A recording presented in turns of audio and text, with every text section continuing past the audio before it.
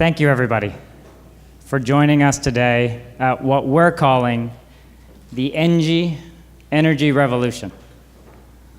And it's a great place to host that. We all know the long history of Boston and revolution. So what better place to introduce our vision as an ENGIE company around what revolution means in the energy space. Before we get started, though, I want to give a sincere thank you to the customers and partners. There are customers and partners here that I've learned we've been working with for over 2 decades. There are also partners here, customers here, that are new relationships. And I think what you'll hear today and what you'll see from us in the coming years is a very different value proposition that not only applies to you and your business, but will eventually apply to you and your families. And it is going to be quite a different world 20 years from now than it is today when we talk about energy. So thank you for being here. The second thing I need to do is thank our employees. We have many different types of employees here today because we as a company, ENGIE, are going through a transition, a revolution ourselves. We have brands here from Optera, a recently added ENGIE company, Green Charge Networks, an energy storage company, Ecova Retroefficiency, and Think Energy, our latest consumer residential-facing company.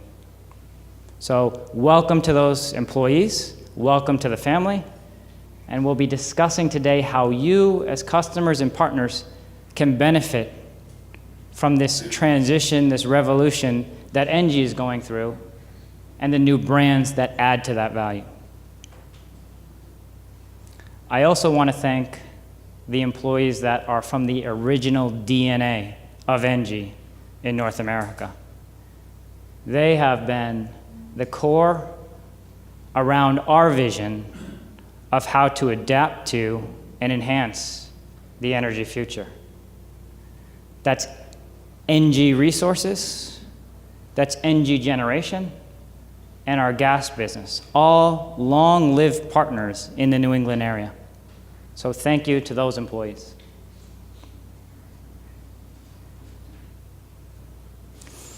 I want to talk a bit about the energy revolution.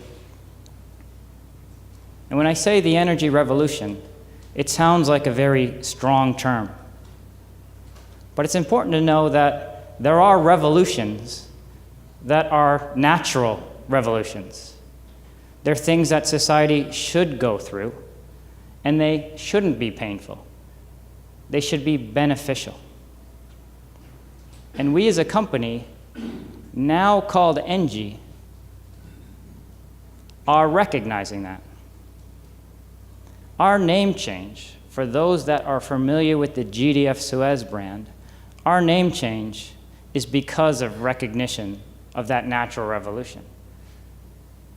For our long-lived partners, you've known us as many different brands over the years. And those brands changed for tactical reasons, because we decided to invest or buy or partner with different entities. This latest rebranding to ENGIE is not a tactical move. It's a strategic move. We are no longer the gas company of France, GDF. We are no longer Suez. We are one brand, the ENGIE brand, and that brand change was because we believe we need to think differently about how energy is consumed. It's no longer gas-centric. It is no longer infrastructure-centric. It's consumer-centric. So a strategic change is what instigated and was the catalyst to our name change. It was also the catalyst to the group of ENGIE employees you see here today. Welcome to the Optera organization. Welcome the Ecova organization. Retroefficiency. Those are very different elements to energy consumption than GDF Suez adapted to and focused on historically. I want to pivot to our vision. We talked about the name change. We talked about revolution, transition, natural revolution. But what is our vision? Our vision is a very simple concept. We want to create a better world for you.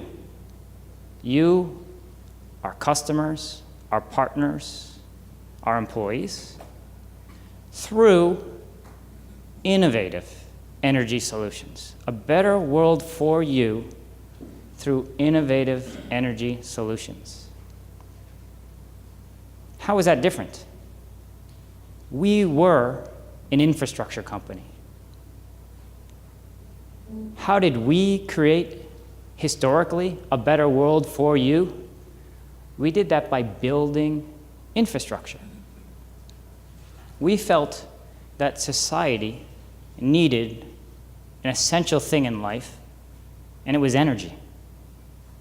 And if society needed energy, we needed to build infrastructure to deliver that. That model made sense for almost a century. But we've recognized that that model will definitely not make sense for the next century. Maybe not even for the next decade. Maybe not even for the next year. What do I mean by that? If we take the concept of a kilowatt hour,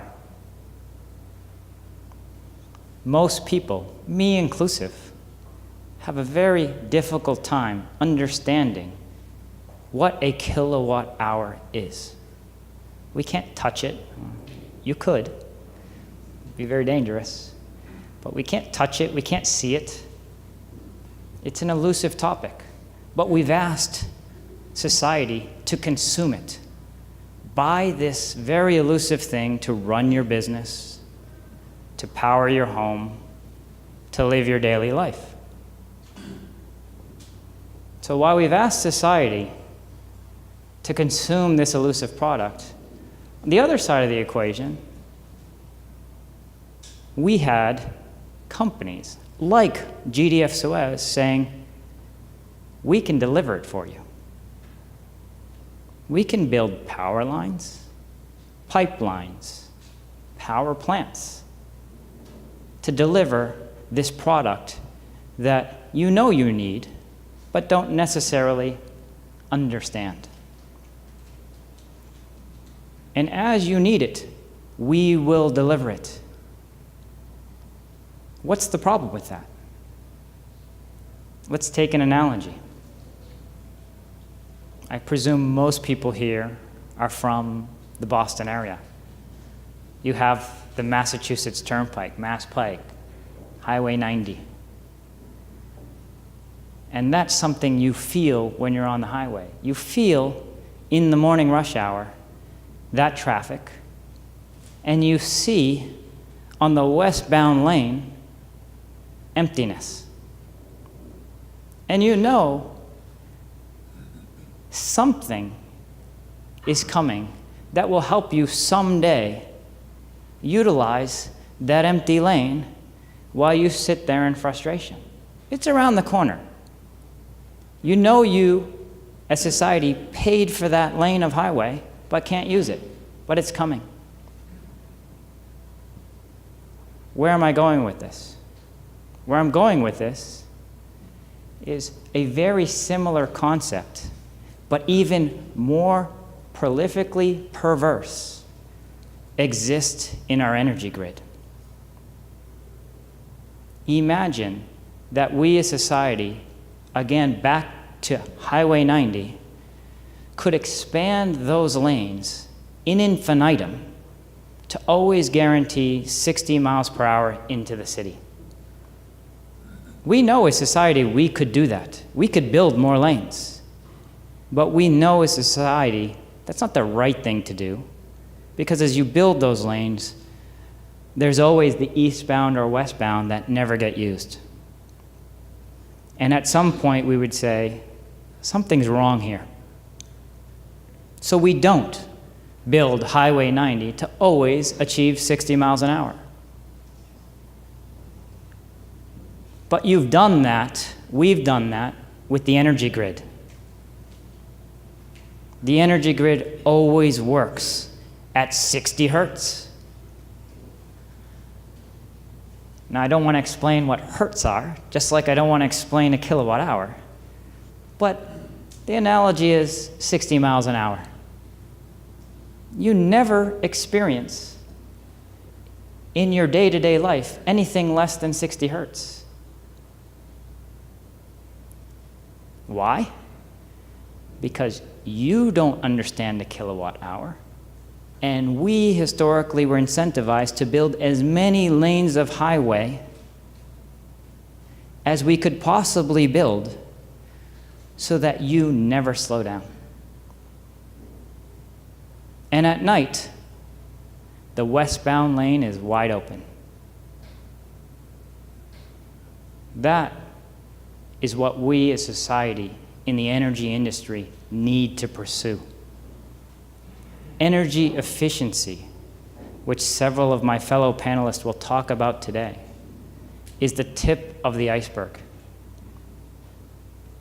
That's like getting our cars to have the ability to operate at a better mile per gallon.